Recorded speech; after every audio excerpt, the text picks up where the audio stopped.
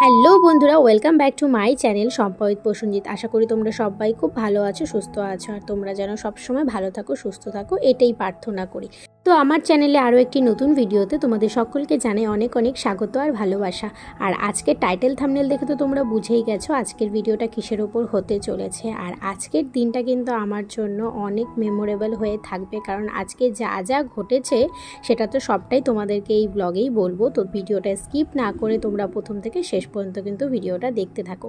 তো জামাই ষষ্ঠীতে যাব, তার জন্য কিন্তু সকালবেলা মানে সকাল কি ভোর 4:30তে উঠে পড়েছি, কারণ ট্রেন ছিল 5:15-তে। কিন্তু ওঠার পর থেকেই দেখি যে ট্রেনটা অনেকটাই লেট আর মুষলধারে বাইরে বৃষ্টি পড়ছে। তো কি করা যাবে, অনেকক্ষণ বাদে কিন্তু আমরা রেডি হয়ে পড়েছি দুজনেই, কিন্তু তারপরেও দেখছি ট্রেনটা লেট। আর সেই জন্য বর্মশাই বললো যে তাহলে চা একটু করে খাওয়াও, কারণ ট্রেন যেহেতু লেটই আছে। তো যাই হোক, চা খেয়ে এখন বেরিয়ে পড়লাম। আর তখনও পর্যন্ত কিন্তু ট্রেনটা রানিং ছিল।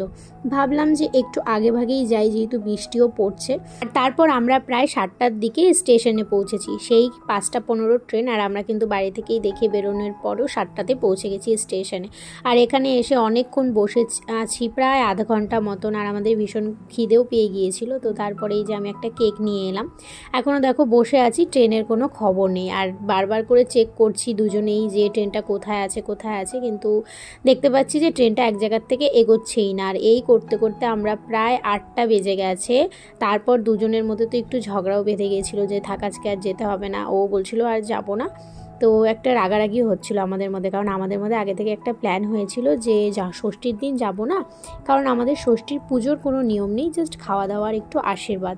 তো সে কারণে ও বলছিল যে দোকান বন্ধ যেদিন থাকবে মানে রবিবারে সেদিনই যাবে, কিন্তু আমি ওকে জোর করে বললাম যে না, আজকেই চলো। তো তারপরে দুজনে এতটা বিরক্ত হয়ে গেছি, পরে আমরা গেলাম টিকিট রিটার্ন করতে টিকিট কাউন্টারে। তো তখন টিকিট মাস্টার আমাদেরকে বললো যে আর কিছুক্ষণ ওয়েট করতে, ট্রেন হয়তো চলেই আসবে। তো দেখো তারপরে ফাইনালি 9:15 সময় ট্রেনটা ওখান থেকে মানে কুচবিহার থেকে ছেড়েছে, আর আমাদের ফালাকাটায় আস্তে আস্তে আরও 15 মিনিট লেগে গেছে। তো 9:30 নাগাদ তারপর আমাদের ট্রেন ঢুকলো। আর এর মধ্যে কিন্তু আমরা বাড়িতে না করে দিয়েছি যে আমরা আর যাব না। তো বাবাকে ফোন করে না করে দিয়েছি। আর ট্রেনে ওঠার পর দেখো কি পরিমাণ ভিড়, এটা কিন্তু একদমই গেটের সামনে। আমি তো কোনোরকমভাবে একটা সিট পেয়ে গেছি বসার জন্য, আর ওর তো ভীষণ কষ্ট হচ্ছিল, পুরো 2 ঘন্টা মতন দাঁড়িয়েছিল। তারপর যখন আমরা শিলিগুড়ি মানে এনজিপি স্টেশনে ঢুকি, তারপরে সিট পেয়েছি, আর ও তখন একটু বসতে পেরেছে। আর সেই সকাল থেকে আমরা সেভাবে কিছু খাইনি, ভীষণ বিরক্ত ছিলাম। তো ফাইনালি ডালখোলায় পৌঁছে গেছি। আর জামাই ষষ্ঠী যেহেতু, তো মিষ্টি ফল এসব তো নিতেই হবে। তো এই যে এখন মিষ্টির দোকানে চলে এসেছি। আর আমাদের কিন্তু ভীষণই খিদে পেয়ে গিয়েছিল, চোখ মুখের অবস্থা তোমরা দেখলেই, খুব বাজে ছিল।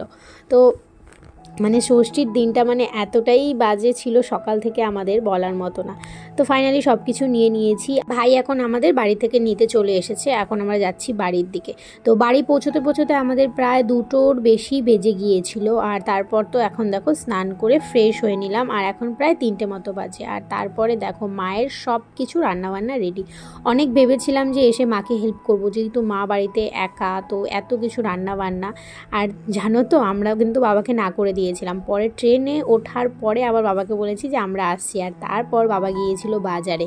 তো এত লেট করে প্রায় বাবা 9:30 10টার দিকে বাজারে গিয়েছিল। আর মা দেখো 3টার মধ্যে কিন্তু অনেক কিছু রান্নাবান্না করেছে।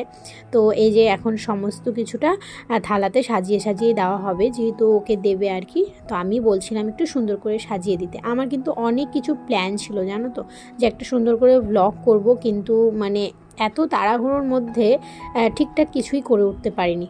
তো যাই হোক, যতটুকু যা করেছি সেটাই তোমাদের সাথে শেয়ার করব। তো আমাদের মধ্যে তো তোমাদেরকে আগেই বললাম পুজোর সেরকম কোনো নিয়ম নেই, শুধু এই যে ধান দুব্য দিয়ে আশীর্বাদ করা হয় ঘট পেতে। আর এখন হচ্ছে মায়ে যে এখন আশীর্বাদ করছে।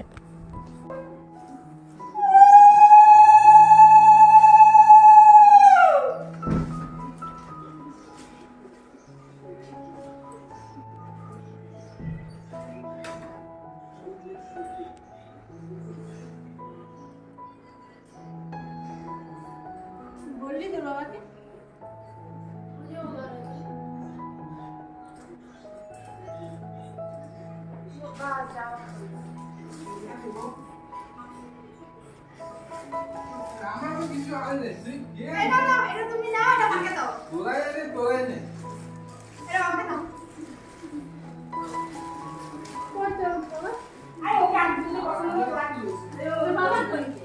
মা বাবার আশীর্বাদ করা হয়ে গেছে, এখন কাকু কাকিমণি আশীর্বাদ করছে। আর আমাদের মধ্যে যেহেতু পুজো নেই তো সে কারণে সব বড়রাই আশীর্বাদ করে। আর যাদের মধ্যে তো পুজো থাকে সেখানে নাকি শুধু শাশুড়ি মারাই আর কি জামাই ষষ্ঠীর একটা আলাদাই নিয়ম আছে।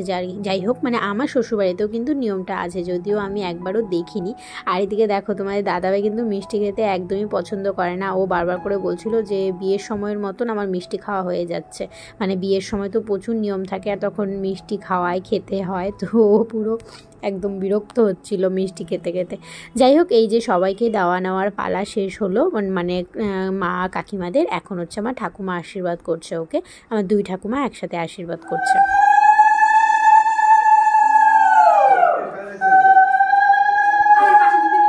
আশীর্বাদের পর্ব শেষ হওয়ার পর এখন হচ্ছে ওকে সুন্দর করে থাল সাজিয়ে দিয়েছি, এখন হচ্ছে খেতে বসবে।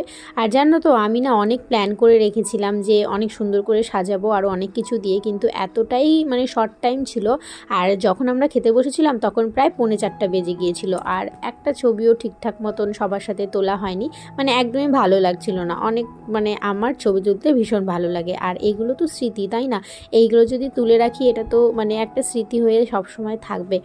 তো যাই হোক, তারপরেও খুব তাড়াহুড়োর মধ্যে দিয়ে 2-1টা ছবি তুলতে পেরেছি, আর ভিডিও সেরকমভাবে করা হয়নি, তোমরা দেখে হয়তো বুঝতেই পারছো। তো যাই হোক, এই যে এখনও খেতে বসে পড়েছে, আর পাশে কিন্তু 2 শালিও বসেছে, কারণ জামাইবাবুকে যত কিছু খেতে দেওয়া হয়েছে তার মধ্যে তো অর্ধেক জিনিসও খেতে পারবে না। আরও আগে থেকে বলছিল এটা সরিয়ে দাও ওটা সরিয়ে দাও, তো আমি বললাম যে না, সরাতে হবে না, 2 শালিকে নিয়ে নাও তোমার পাশে আর কি। ওরা আমার কাকাতো বোন, তো ওরাই পাশে বসেছে ওদের। আর এখন খাওয়া দাওয়া শেষ হওয়ার পর এখন বাড়ির ঘরের মধ্যে সবাই বসে আমরা গল্প করছিলাম, আর কে কি গিফট দিয়েছে এগুলো কিন্তু দেখা দেখি হচ্ছিল।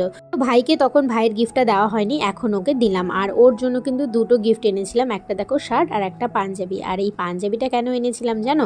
এটা ওর একটা ডিউ গিফট ছিল, আবার বড়মশাইয়ের কাছ থেকে পাওনা ছিল এটা ওর।